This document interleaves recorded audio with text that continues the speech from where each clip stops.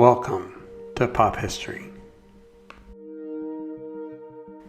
This episode will tell the story behind some of the popular events from July 1980. On July 1st, the Columbus Dispatch in Columbus, Ohio, became the first newspaper to provide an electronic edition for computer users in conjunction with CompuServe Information Service. CompuServe initially offered this service to its 3,000 subscribers living in Columbus. Using their home computers, users could access the day's paper starting at 6 p.m. on weekdays and all day on weekends and holidays. CompuServe later expanded this service to 10 other metropolitan areas, giving access to their local paper, including cities like New York, Chicago, Washington, and Los Angeles. On July 2nd, the American parody film Airplane was released. The film stars Robert Hayes as ex-fighter pilot Ted Stryker, a traumatized war veteran who, despite a deathly fear of flying, boarded a flight from Los Angeles to Chicago in order to win back the affection of his girlfriend Elaine, played by Julie Haggerty, who was a flight attendant on that flight. The supporting cast includes Leslie Nielsen, Robert Stack, Lloyd Bridges, Peter Graves, Kareem Abdul-Jabbar, and Lorna Patterson. The movie was created as a spoof of the disaster film genre, which was especially popular during the previous decade. It borrowed plot lines and character elements from the 1970s Airport series, as well as from other similar films, adding slapstick comedy, verbal puns, visual gags, running jokes, and obscure humor to the plot. Released by Paramount Pictures, Airplane was a critical and commercial success, grossing $171 million worldwide. It also received the Writers Guild of America Award for Best Adapted Comedy. In 2010, the film was selected for preservation in the United States National Film Registry by the Library of Congress. On July 5th, the American romantic drama film The Blue Lagoon was released into theaters. Starring Brooke Shields and Christopher Atkins, the movie tells the story of two young children marooned on a tropical Pacific island whose love story unfolds as they reach the emotional and physical changes of puberty without the guidance of parents or the restrictions of society. Despite the fact that the movie depicts several sex scenes between 14-year-old Shields and 19-year-old Atkins, whose characters are also cousins, the film became one of the top 10 grossing pictures of 1980, bringing in over $58 million.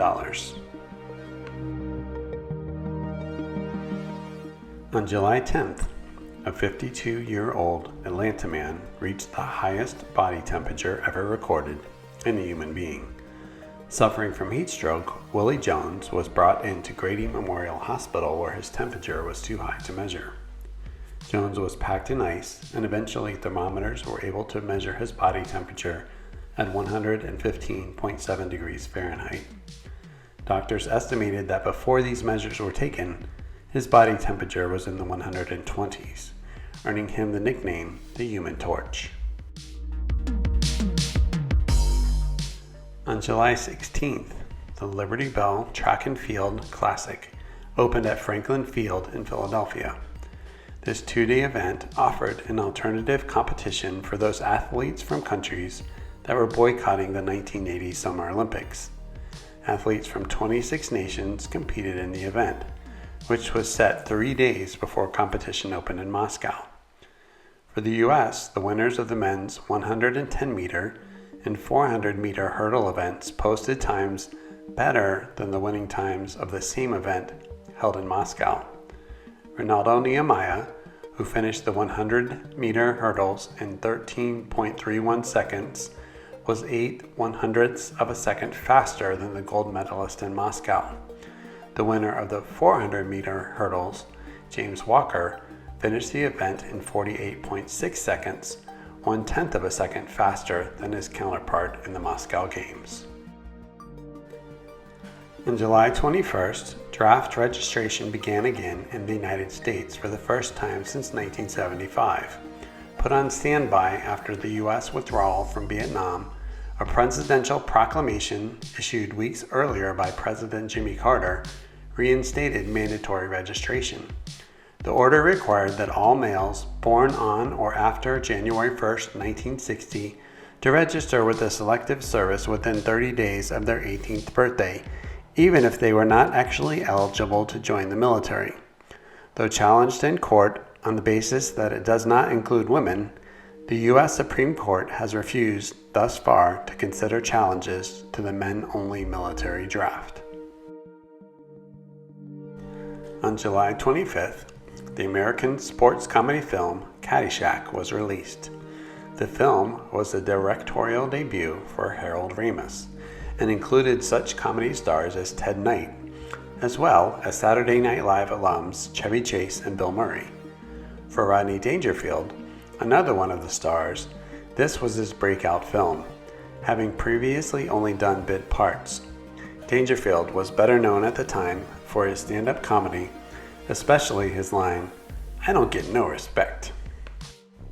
The story takes place at the exclusive Bushwood Country Club and features a simmering rivalry between stuffy old members like Judge Smalls, played by Ted Knight, and the new money nonconformists like Ty Webb, played by Chevy Chase, and the nouveau riche Al Shervick, played by Rodney Dangerfield. Caddy Danny Noonan, played by Michael O'Keefe, one of the film's writers, gets caught in the middle of the two groups as he tries to win the caddy scholarship.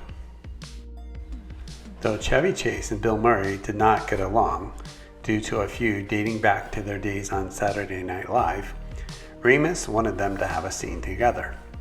Ramis, Murray, and Chase sat together over lunch and co-wrote a scene that became one of the funniest in the movie, taking place in the shack where Murray's character, Carl Spackler, lives.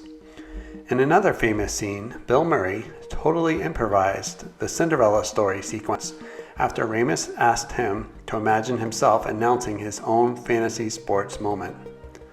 Though producers originally sought out Pink Floyd to create the theme song, they eventually turned to Kenny Loggins, who created the hit "I'm Alright" for the movie.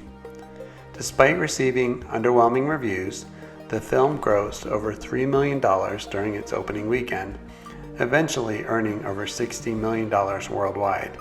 It has since gained a cult following. On July 31st, Hurricane Allen formed in the Atlantic Ocean from a powerful storm that had emerged from the coast of Africa near the Cape Verde Islands. It slowly strengthened as it traveled across the Caribbean, eventually reaching Category 5 status just south of the island of Puerto Rico. As the storm moved between Cuba and the Yucatan Peninsula, it continued to intensify, eventually reaching sustained winds of 190 miles per hour. Though it weakened into a Category 3 storm before coming ashore at South Padre Island, Texas, it still holds the record as the strongest hurricane ever recorded in the Atlantic Basin.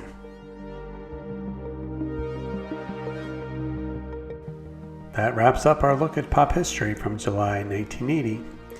Keep an eye out for our next episode, coming soon, when we will look back at August of that year.